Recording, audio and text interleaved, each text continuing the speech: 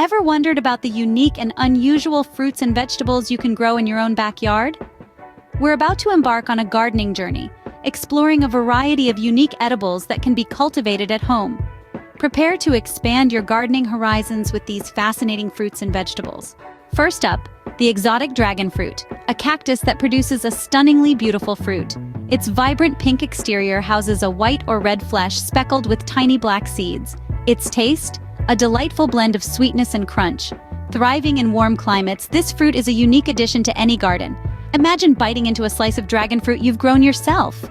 Next, the Romanesco broccoli, a vegetable that's both a feast for the eyes and the palate.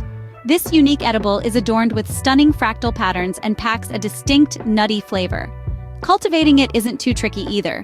Who knew broccoli could be such a conversation starter? Lastly, the kiwano melon, also known as the horned melon, a fruit that's as interesting as its name.